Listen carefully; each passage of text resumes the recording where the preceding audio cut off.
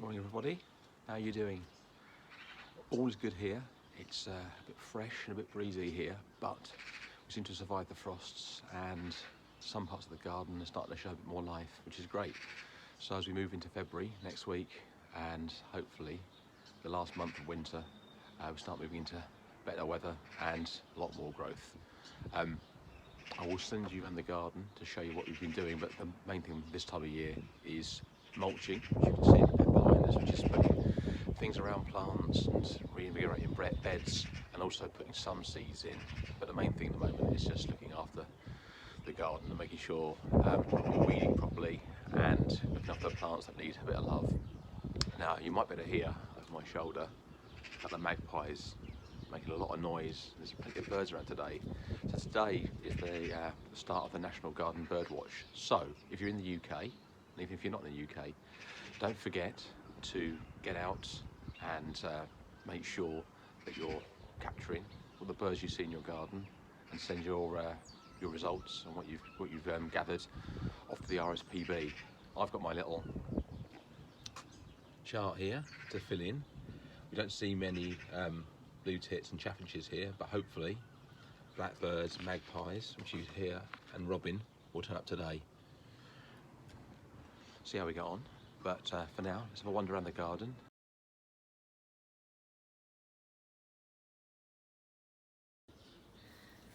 Well, in the greenhouse, things aren't looking too bad. There's a little bit of a tidy up, so a lot of empty space. But we have got things that are growing, so the sweet pea, which are far too leggy really. The weather's been too good, and even though I have taken the tops out, very leggy. But we're about a month away from getting these outside and doing something a little bit more exciting. And there's some more over here in the window that's slightly less leggy, so might have a better chance.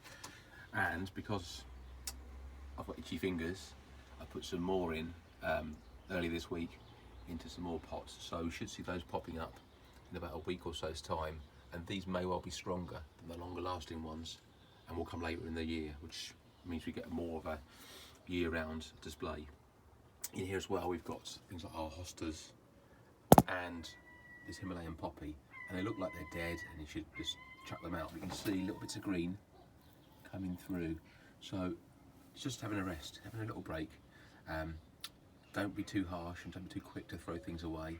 Just let nature take its course, and hopefully what you'll find is that new growth will come from there. Some things have survived really well. This chard, rainbow chard, we put this in, I think, in August, September time, and it's still giving us a little bit of sort of health and nourishment even through the winter, which is fantastic. Now around the garden, you can see the fern has totally died back. There's nothing here. This was a mass of ferns most of the year. That's gone back pretty much now. But you can see the japonica and its berries and the holly are really enjoying that space, and the idea that the fern isn't taking all the energy. Grass is looking good in our new herb bed. I'm really happy with the way that that's worked out. You can see here though, this was the Vietnamese coriander, and that really struggled with the frost. That just died overnight, so we cut that back with the hope that we're going to get new growth. You can see at the bottom there, new growth coming through that will replace that. I mentioned in the introduction about mulching. Now this is manure. We've put this over the whole of this bed. We've weeded it first, taken out everything apart from the parsley and the artichoke, and then laid the manure on top of that. And you don't have to use manure, you can use new compost, but the idea is replenish the soil and give it a chance of doing its best in the year ahead. So we've done most of the garden, but not all. But there's nothing really to write home about in the garden at the moment. It's all resting, or in the case of this rose, just coming out of hibernation, and we'll see more and more life there coming through. We're also seeing the bulbs coming through the ground as well, and we'll show that in the front garden. There are bulbs popping through, so we'll have some alliums, some tulips, and some daffodils, and hopefully some snowdrops and some crocuses that will come through really soon. And with that, I will leave you with the magpies making their noise up in the tree.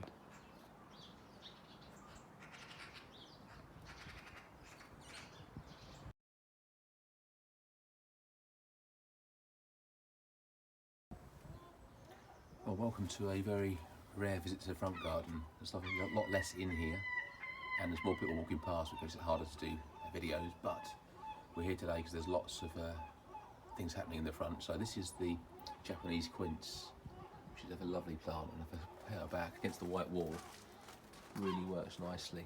If you get a chance to get one of these, they're lovely because they flower now, and then you get fruit in the winter, or in the late in the summer. In front of that we've got a cranberry, which is nice, and again lovely little red flowers and fruit. Brings a bit of life to it all. Next door we've got the first of the bulbs coming up, and so when we come back in a month's time, you're going to see this and our new bed full of bulbs, full of colour hopefully. There's about 100 in here, along you can see under the mesh, just what the squirrels getting in there. Plenty and plenty of bulbs to come up. In terms of the herbs, the curry plant looks really healthy, as does the parsley and the sage, which never seems to struggle at all. And we cut back the rosemary really quite hard, and you can see that's starting to come back to life a little bit.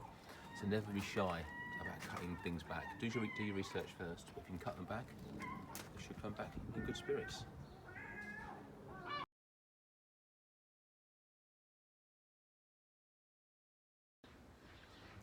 Well, that's all for this month. Thanks for watching. I hope you're all well, and I hope your gardens, like ours, are starting to think about coming back to life. The rosemary behind me hasn't really stopped, and it's still looking lovely. Keep your eyes peeled for the birds today, and if you can, send your results in to the RSPB. Keep adding your comments and photos to the team's channel. It's lovely to see what you're up to and what your garden's doing. And yeah, get through this month and the next few weeks. It's difficult because the weather's not the best in the UK and in the Northern Hemisphere, and not much comes up, but we know that bulbs are coming, and this is a time of change in the garden as well. So whatever has passed, and that's sort of withering away, but there's opportunities coming up now and in the next few months with the garden, like every year, comes back to life and surprises you. So keep on gardening, keep mulching, keep looking after your plants. Think about sowing seeds, but don't sow them yet because it's far too early. And look after yourselves. If you do that, you'll be fine. Okay, see you in February. Bye-bye.